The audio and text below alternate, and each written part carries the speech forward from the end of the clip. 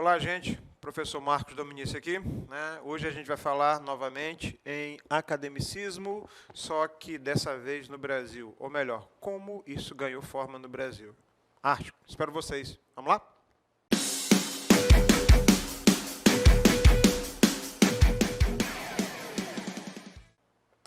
Então é o seguinte, para a gente entender a palavra academicismo, é necessário que a gente volte naquela aula, puxa aí no link, sobre missão artística francesa. Aqueles franceses que vieram para cá, para o Brasil, e trouxeram um estilo europeu chamado de neoclassicismo. Okay? E aí, o neoclassicismo ele foi estabelecido na Academia Imperial de Belas Artes, a AIBA, a gente vai chamar dessa maneira para facilitar, e entender o que foi que aconteceu. Quem é de São Luís, aqui em São Luís, a gente tem uma máxima que não precede hoje, que o pessoal diz que a gente tem o melhor português falado do Brasil. Não é bem assim, né? Uma terra onde se fala mermã, égua, doido. Não é que seja ruim, eu adoro as expressões maranhenses, mas está longe de ser o melhor português, até porque são expressões maranhenses, sotaque maranhense, é uma coisa que eu amo, é meu sotaque. Mas é bom entender de onde veio essa situação, essa expressão, e o que isso tem a ver com o academicismo brasileiro. Tudo. E aí, quando você tem a noção do que está acontecendo, fica fácil fazer o link de academicismo no Brasil com a literatura brasileira do final do século XIX, entre outras coisas, e a história, o que aconteceu. Então, você consegue linkar todas as coisas. Para se entender rapidamente, Dom Pedro II deu uma melhorada no Brasil, um período de prosperidade, um período de café em grande quantidade, dinheiro, gente estudando, intelectuais sendo formados no Brasil, e você não precisava mais mandar somente seus filhos para fora.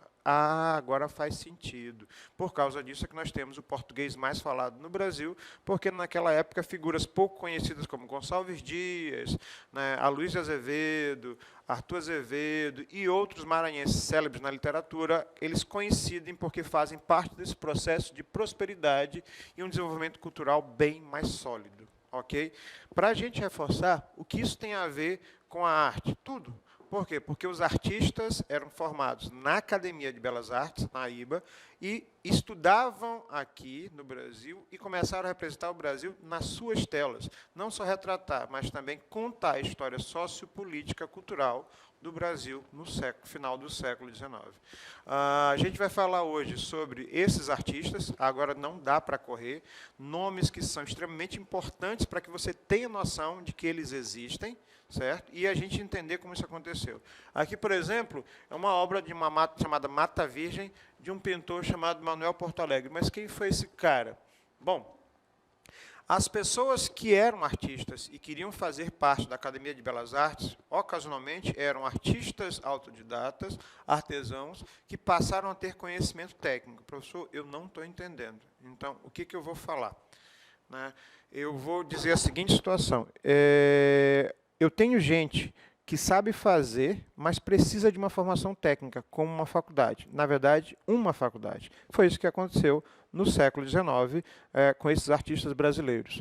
E aí, lembrar que a missão artística francesa ela traz o neoclassicismo para o Brasil, e o objetivo era catequizar os artistas brasileiros e os que moravam no Brasil, que eram luso-brasileiros, né, ou só portugueses, para que tivessem o formato da arte europeia. Até coloquei uma palavra que eu não sei nem se existe, né? Não está aqui nesse slide. Europeizar. Né? Vamos criar essa palavra para a gente entender a situação. Algo similar ao que a gente tem hoje em receber influências externas e fazê-las virar brasileiras.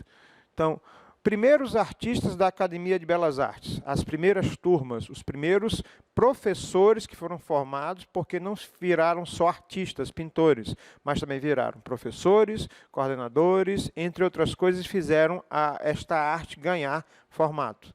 Manuel Porto Alegre, um artista que começou o destaque em função de ser pintura, trabalhar com pintura e arquitetura, e mais ainda com caricatura. Então, ele começa a dar o formato da caricatura a um padrão de arte que era considerado uma arte menor. Augusto Miller, né, ele foge um pouco dos padrões europeus quando ele começa a fazer retratos de pessoas que não são só ricas, ele começa a retratar gente, é um outro gancho. E Agostinho da Mota. Então, esses 3 nomes são os nossos ganchos iniciais para que a Escola de Belas Artes, a IBA, ganhe forma. Aí, gente, vamos entrar no trio parada dura, eu sei que essa expressão é bem antiga, que são o creme de la creme, ou seja, as figuras mais importantes que a gente não pode deixar de saber sobre esses 3. Então, eu vou repetir como mantra, né, para facilitar a minha intérprete. Pedro Américo, Vitor Meirelles, Almeida Júnior. Professor, não entendi. Pedro Américo, Vitor Meirelles e Almeida Júnior. Mais uma vez. Pedro Américo, Vitor Meirelles e Almeida Júnior. Vai voltando o vídeo repetindo isso. Por quê? Porque quase tudo que a gente sabe, bruto, de imagens, processo imagético da história do Brasil, está na mão desses caras, um grupo seleto de artistas. Vamos ao primeiro. Pedro Américo. Né? O que ele pintava? Retratos históricos, bíblicos, temas importantes da época. Retratos históricos, bíblicos, temas importantes da época. Vamos partir para a prática, porque vocês vão dar uma parada aqui nesse slide e ler com calma. Quem já viu essa obra? Quase impossível, né? O nome do quadro não chama Grito do Ipiranga, chama-se Independência ou Morte. Lindo o quadro. 7 metros por 4 metros. É enorme o quadro, né? É uma mentira enorme. Na verdade, é uma mentira. Princípio do neoclassicismo, melhorar o que a natureza fez ou dar um aspecto mais bonito. Traduzindo numa língua simples, é o Photoshop da época. Professor, mas por que o senhor está dizendo isso? Esse quadro ele foi encomendado por Dom Pedro II, filho de Dom Pedro I, 22 anos depois do acontecido, para eternizar um fato memorável da história brasileira. Dom Pedro I provavelmente nunca disse o grito independência ou morte. Alguém chegou e disse que se ele não assinasse o documento de independência, ia acabar tendo morte. A história, que eu não vou entrar em detalhes aqui, não é bem do jeito que estava aqui. Dom Pedro I estava numa viagem, mas ele ia acompanhado com 2 pessoas, né, e essa viagem ia durar dias. Para facilitar o que eu estou falando, eu vou mostrar uma coisa para vocês. Estão olhando o quadro? Agora vamos prestar atenção.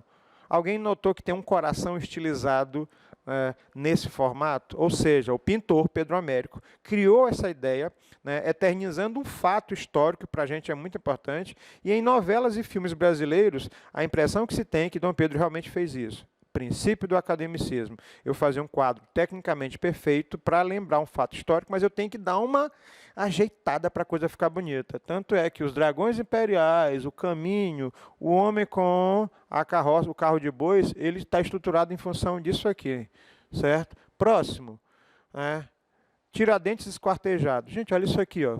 O mapa do Brasil e mais ainda a cabeça de Jesus Cristo que faz a imagem de Tiradentes. Pois é. Então, Pedro Américo é o nosso primeiro gancho.